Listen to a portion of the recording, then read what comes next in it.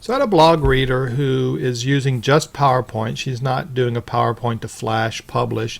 So she's using just PowerPoint to create some e-learning courses, and then she's sending that out to her learners, and then she wants to track their completion.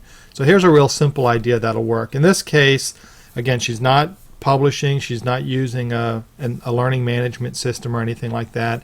It's really just a handful of users, about 30 or 40, so it's a manageable group, and she's only using PowerPoint. So here's an idea that could work, and I'm sure some of you will have some additional ideas as well. Basically what we're doing is we'd have our e-learning course set up in PowerPoint.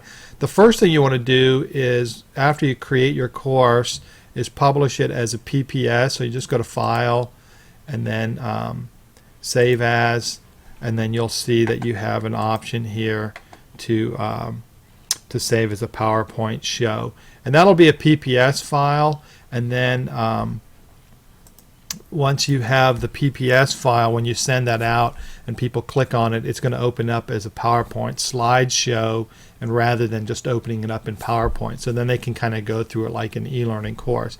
And then at that point, you're just using hyperlinks and whatever it is that you want to control the navigation. So you can build your own navigation panel and a menu structure, whatever you want to do in the course. Eventually, you can set it up so they get to this last slide, and when they get to the last slide, what you want to do is have them email you and let you know they completed the course. And so what I would do is just insert something on the last slide that indicates that. So I would probably put like a send button. So we could do, we'll just type in send. So we've got a send button, and you can add some text in here, and you could say, click the send button to track completion, or something like that. Something that lets them know what they need to do. Now on the send button, you want to insert a hyperlink. So I'm going to go ahead and hit the insert hyperlink.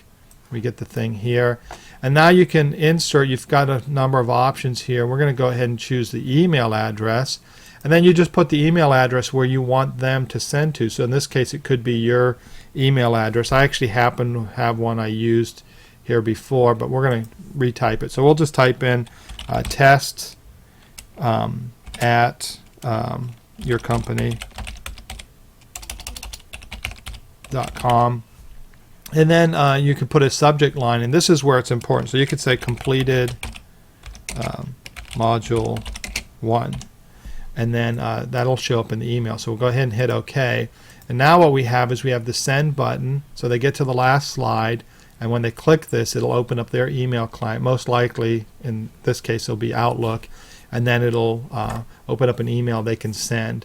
And so you could put more instructions here on what you want them to do in the body of the email.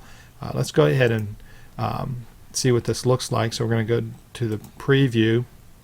So when we look at the preview now, we come to the last slide. I hit the send button, and now as you can see, it opens up this email here, and then it's got the address I put in, and then this module. And then I could have them add additional content in here if I wanted to.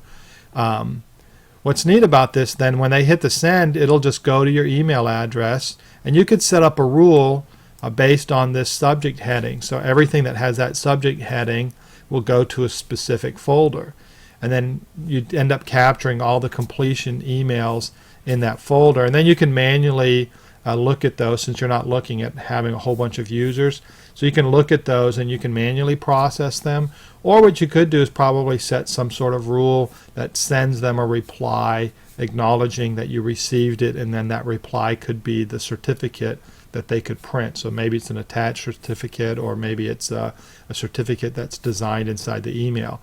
One of the things to keep in mind, though, is that some people, if you're doing this type of mail to links, that sometimes different security settings are in place, and it might prohibit a PowerPoint from opening up the email. So you'd have to test that out. But this is a simple way to send out an e-learning course built in PowerPoint, and then to get a response back that you can track, and then you can manually track it, do it in a database or spreadsheet or something, or you can automate that a little with some Outlook rules.